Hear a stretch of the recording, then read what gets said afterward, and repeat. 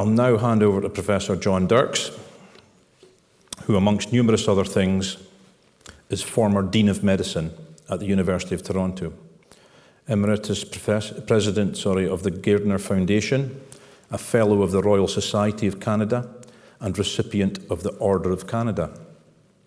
He was a close personal friend of the late medical historian, Professor Michael Bliss, and he was inducted into the Canadian Medical Hall of Fame in 2012, the same year, incidentally, that Professor John MacLeod was inducted also.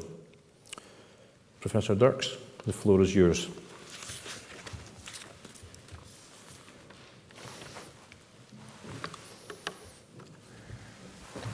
Thank you very much, John.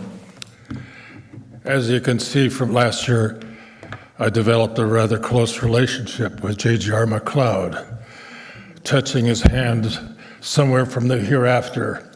He was close to me and has inspired me since then all the more. So this was a special moment, and I'm glad that slide is being shown. But I want to also thank all of you for being here today and to listen to the story again, because it's a story that is of such importance that it needs to be said again. And it's a great honor for our Toronto, or Canadian group indeed, to be a special part of that unveiling that took place today, as just described by John, where the Toronto Four of Banting, Best, Call Up, and MacLeod are now all together on the World Insulin Wall in Duthy Park. Bringing this team together in a memorial for the first time in 102 years. That's not something that has yet happened in Toronto, but we hope to do something more about that. I want to thank John Otto and Kimberly Hamilton, the brilliant sculptor John McKenna, and all the supporters of the J.G.R. MacLeod Society, along with their great and astute historical advisor, Dr. Ken McCarty, and his wicked sense of humor from time to time. They created this memorial a year ago, and now they worked with us over the last year to bring about the event today.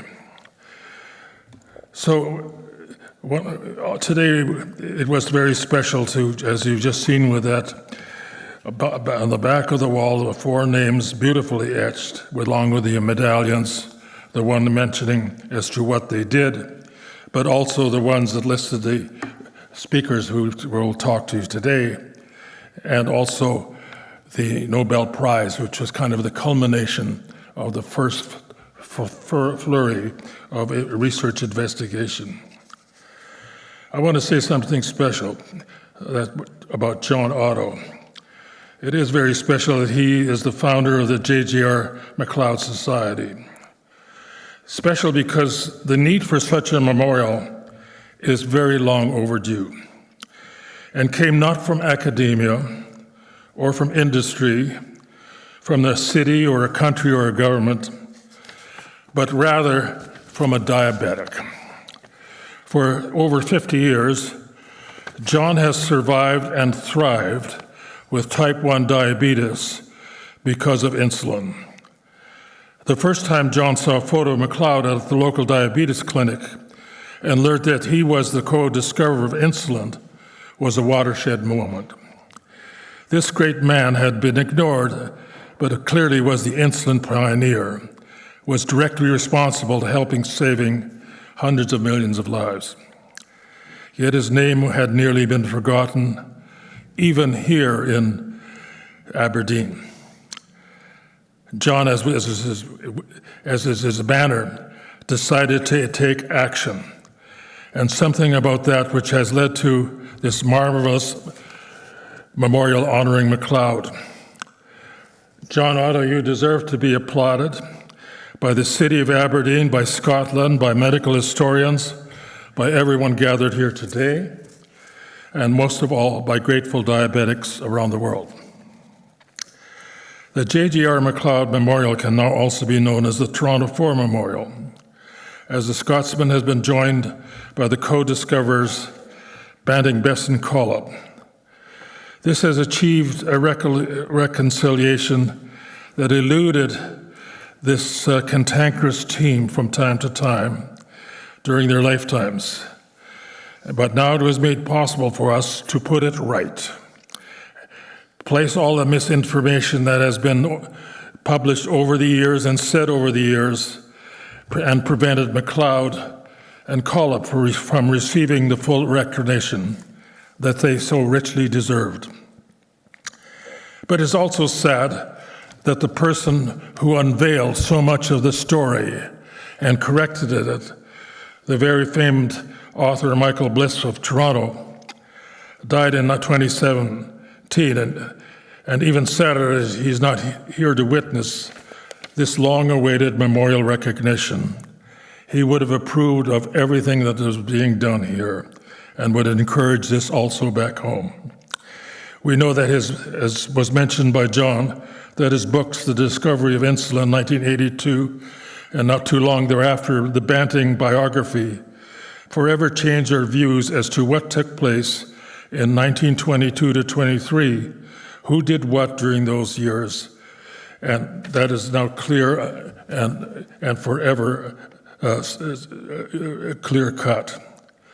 Michael's wife, Elizabeth, last week asked me to pass along her own greetings and to express her great joy that today's events are taking place. With further publications, it is now beyond a doubt that MacLeod was the key mentor in the research team that led to the insulin discovery, and Collop was the first to produce a purified solution of insulin for clinical use in human patients.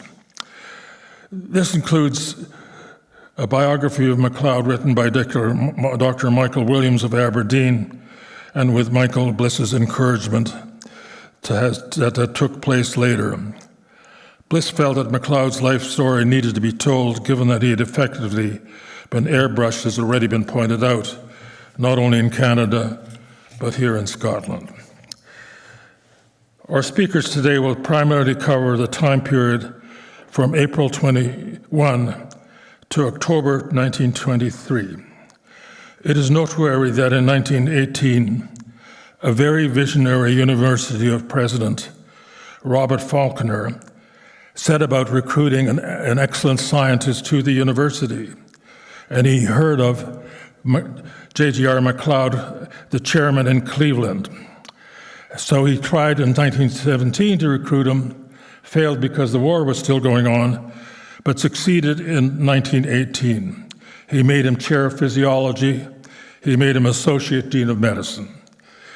He was determined that the University of Toronto should have a very successful laboratory in physiology, and it should be headed by a world expert, in this case MacLeod, because of his expertise in carbohydrate metabolism. It looks like he was the top man in the world at that time. He made sure that MacLeod would not come and find things empty-handed. The laboratory was developed, and research facilities and research salaries were made available for graduate students. MacLeod soon enlarged his research program with 8 graduate students, and this is worth remembering. They focused on various topics, and these carried it, were graduate students that were there through his time in Toronto. Most of them succeeded, some very close to Nobel level, and it shows the quality that MacLeod had, not only on the insulin story, but for many other aspects of medical science. Banting started in MacLeod's lab in April 1921, or maybe it was May, I should say, after having been there a few months earlier about his dream that maybe if you tie the pancreatic duct, let the digestive axonar cells decay, the remaining islets might have greater concentrations of the unknown hormone, later to be called insulin. But when they started to do their experiments that summer and going right into the fall in 1921, they had many failures, but also successes began as the dogs stayed alive longer and kept alive with extracts that they made from the pancreas. But those extracts were too crude. When they were first applied to the patients developed allergic and sometimes anaphylactic reactions. So Collop came to the rescue and produced the first clinically viable insulin, which is administered 14-year-old Leonard Thompson with remarkable results on January 23rd, 1922. Following this breakthrough, there were periodic problems in producing adequate quantities of insulin, but these were overcome. Issues were that there were differences of opinion in the laboratory between the investigators, but the world soon heard that a new hormone, insulin, which would prevent the hyperglycemia and the ketonuria that took place in so many patients in the world and kept them forever in desperate situations, that the world had now been changed. Insulin had been discovered in Toronto. Diabetic patients flocked to Toronto, desperate for the miracle treatment, and ensuring that there was a steady and consistent supply of insulin proved to be a Herculean task, which was supervised by Best and MacLeod. Banting became increasingly paranoid at this time about MacLeod being slighted by the slightest question and remark. But MacLeod continued to do research on this while all this was going on to try to find out what was the mechanism of the insulin action as best as one could investigate at that time. And insulin rapidly became distributed widely throughout the world. It's really a sensational story how quickly this came about. And then a culmination of the 30 months was October 26, when the Nobel Prize in Physiology or Medicine was announced from Stockholm, given to Frederick Banting and J.G.R. MacLeod as co-recipients. This was met with anger by Banting, but we believe in history this was the right decision. All this happened in record time. A mere 30 months from the team's first experiment to the Nobel Prize. Just spectacular. Truly glory enough for all. But alas, it was not the case at the time, but more of that will be talked about in the talks that we'll cover this afternoon. Before I introduce the first speaker, I should want to hear from Calgary and Toronto under the auspices of the Toronto Medical Historical Club, or TMHC as we'll use for short. This is an opportune time too, just to express public appreciation, and for myself, for my friend, businessman and philanthropist Gary Goldberg, who has seen TMHC through many administrative and financial issues. Over the last 2 years, he's become the Canadian version of John Otto. Thank you very much, Gary. Would you rise for a minute? We could not have done this without you.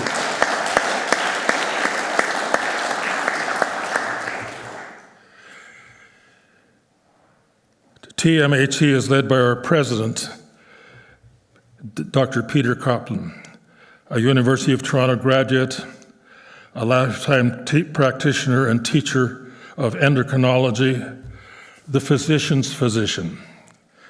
He has an eclectic interest in medical history, in notable people, and he's helped us greatly as TMHC has taken on larger endeavors. I should mention that Peter and his colleagues frequently lead an insulin walk in Toronto, which encompasses the pertinent places where insulin discovery took place. TMHC hosted important conferences in May 22, Banting, Bliss, and beyond, as well as a MacLeod workshop. And this resulted in the publication, which we just got into the library, where Ken McCarty, James Wright, Chris Ruddy, Allison Lee all contributed their work and very effectively. Then a year ago, We had a centenary celebration of the Nobel Prize with a very excellent symposium looking for